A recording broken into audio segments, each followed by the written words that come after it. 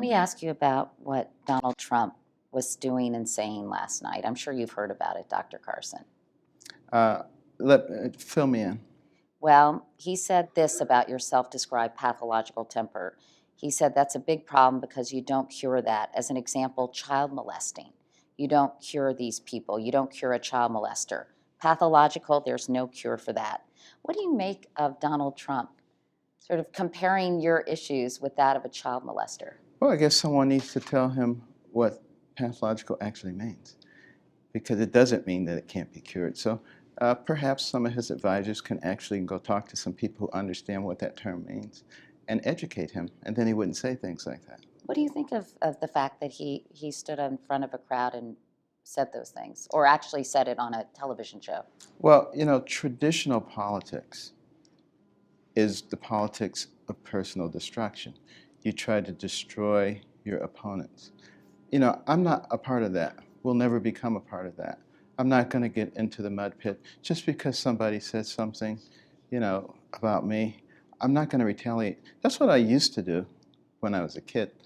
I've moved far beyond that stage now. There are so many important things to deal with in our nation. Well, what do you think of Donald Trump these days and sort of the way he's conducting himself? I think he's acting like Donald Trump. And what does that mean to you? you know, Loud, brash. That's just the way he is. And Does it make you mad? no, it doesn't make me mad at all. Come on. No. I got over my anger when I was a teenager, when I almost stabbed someone, and I stayed in that bathroom for 3 hours contemplating my life and recognizing that to lash out at someone was not a sign of strength. It's actually a sign of weakness. It means that you can be manipulated. You can be manipulated by their words. You can be manipulated by their deeds. It actually means that you're a weak person, not a strong person. It also means that you're selfish if you're always getting angry, because it's always about me, my, and I. Somebody did this to me. They took my thing. I want this. So if you can step out of the center of the circle and let it be about someone else, you're very unlikely to get angry. Donald Trump also went after you on immigration, tweeting that you favor amnesty and a path to citizenship. You've said you believe in a program that allows illegal immigrants to stay in this country as guest workers if they have a pristine record for, I think, a 6-month period, you said. So are you worried that your position on immigration may alienate the Republican base? I don't think so. I haven't found that to be the case, and I've talked about my position on immigration. And I don't change it because I'm in front of a different audience either. When I spoke at NALIO, National Organization of Latino Elected Officials, I tell them the same thing that I tell everybody else. We do have an illegal immigration problem here, and it's eminently solvable. All we have to do is secure our borders. We know we can do that because of the experience in Yuma County, Arizona. Cut illegal immigration down by 97%. So we know we can do it. We have to eliminate the incentives for people that even want to try to get across that barrier.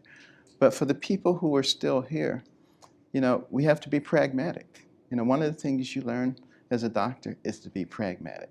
There's idealism and there's pragmatism. Now, recognize that most of these people are hardworking individuals. Many of them don't even know any other place. That's all they know.